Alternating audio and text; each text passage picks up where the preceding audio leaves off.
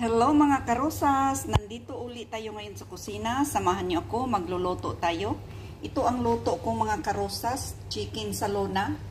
So, chicken salona sa Arabic. Pero sa atin pa ito, manok na may gulay. Lahat may gulay ito, may bagyo beans, may potato, may ginisang piniritong eggplant, may zucchini, may cauliflower, may baby okra.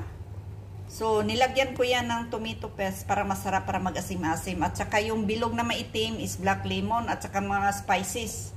So, pag gusto nyong malaman kung paano ko ito niluluto, hanapin nyo lang sa playlist ko ang chicken salona or chicken with meat, chicken with vegetable, sersadong gulay. So, isa lang yan siya mga karosas.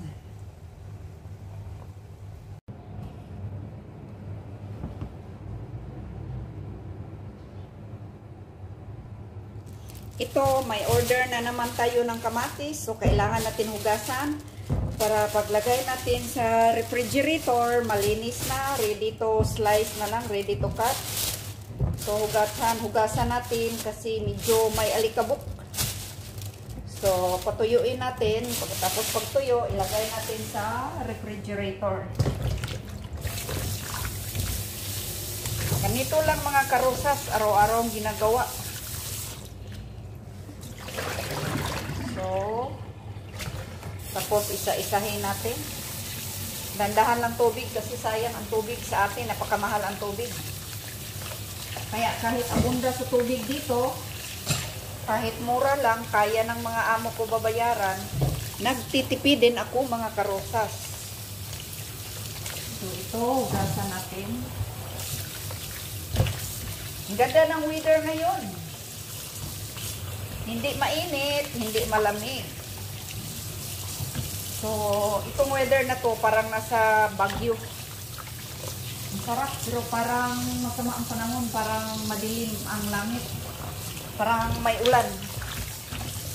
Ayan.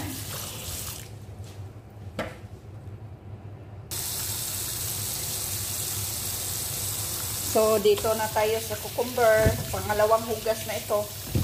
So, malinis na. Kailangan patuluin natin para matagal siya mabulok. Para hindi siya mag-dry. So, malinis. Tapos balutin natin sa tissue towel. Kahit 2 linggo, hindi masira. Parang presko pa rin. Ayan.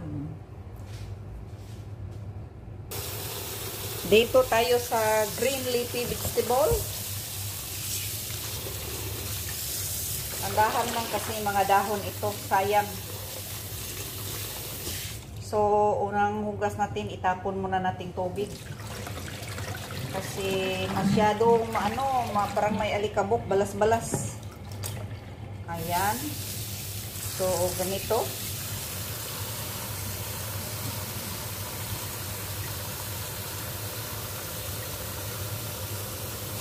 So, ito.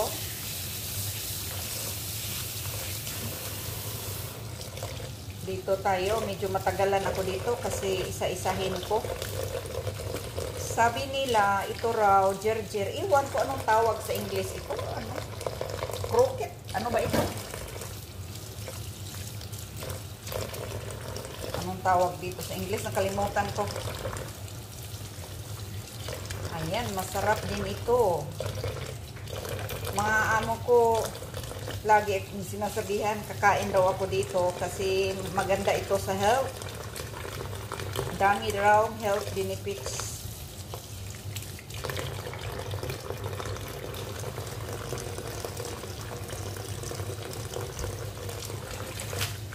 Ayan.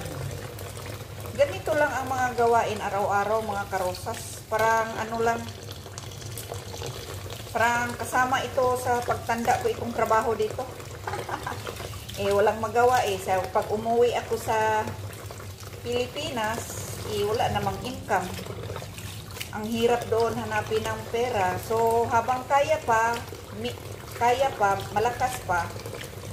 So, trabaho muna tayo.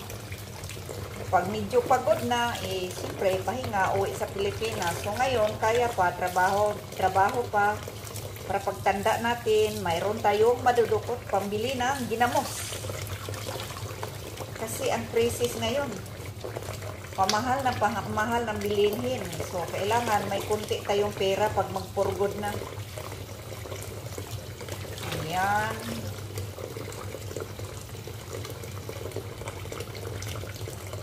Ako gusto ko ito, yung mga amo ko, lagyan ng lemon at saka white onion. Ako naman, ayaw kong lagyan ito ng lemon. Gusto ko yung ganito lang. Tapos may kanin ako, ulam. Masarap na, ayaw kong may lemon kasi pag may lemon kasi nang sobrang asim. Hindi ako mahilig sa maasim. Parang nanghapdi ang sikmura ko. Ayan.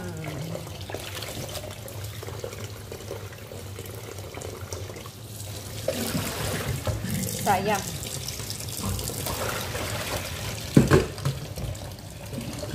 So, dito tayo. So, kailangan ito. Yung pinakalas na hugas ko is sweet water.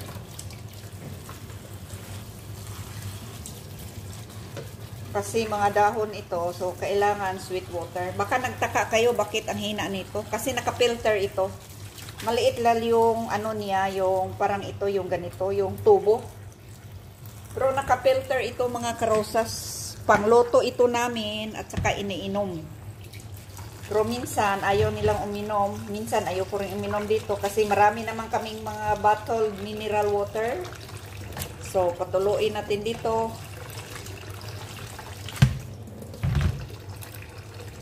Para pag dry na siya, ilagay natin sa Tupperware. So, anytime, pag magsalad tayo, malinis na, wala ng problema. At saka, pangit pag ilagay natin sa refrigerator, yung parang alikabok.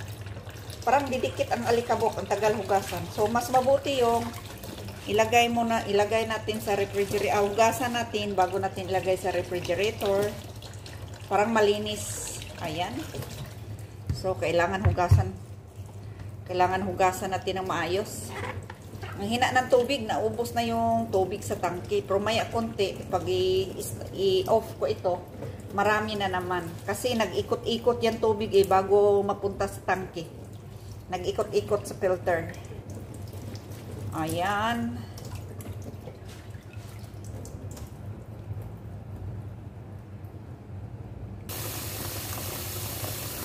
Ayan, dito tayo sa Chinese vegetable.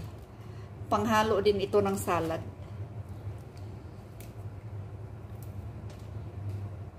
Ito naman tayo sa barber.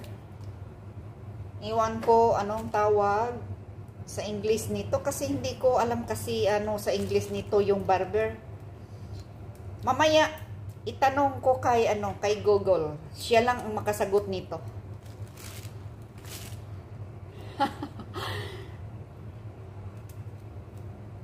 Tinawag pa si Google kasi hindi ko alam anong tawag dito sa English, hindi ko rin alam sa Bisaya nito. Pero marami ito sa Pilipinas. Maganda din ito sa ginisang munggo. Ayan. So, mga kapwa ko OFW, huwag kayong magpagutom kailangan kayo ng kumain. So, medyo mura lang ang gatas dito ikumpara mo sa Pilipinas. So, inom tayo. Tsaka prutas dito. Maraming prutas dito. Kung mahal man dito, sobrang mahal sa Pilipinas.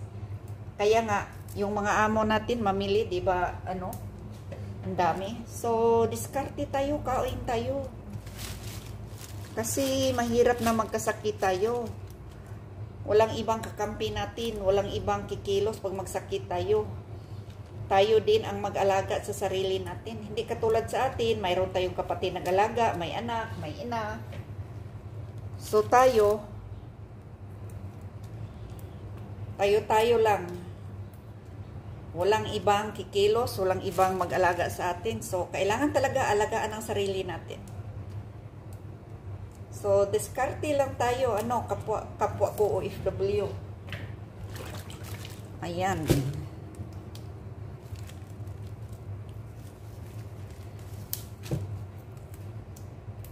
Ganyan ang buhay.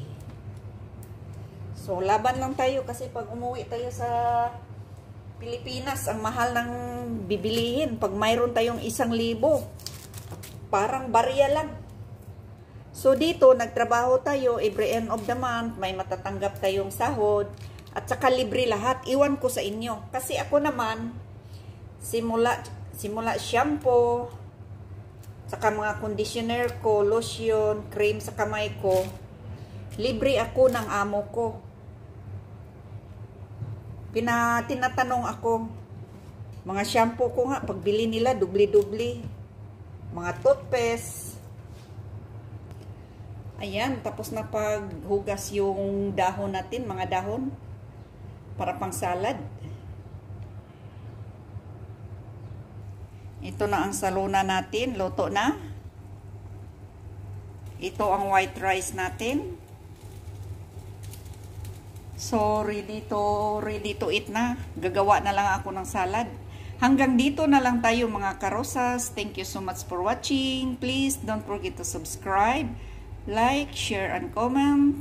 And tap the bell para updated kayo sa sunod na mga videos. Bye-bye everyone!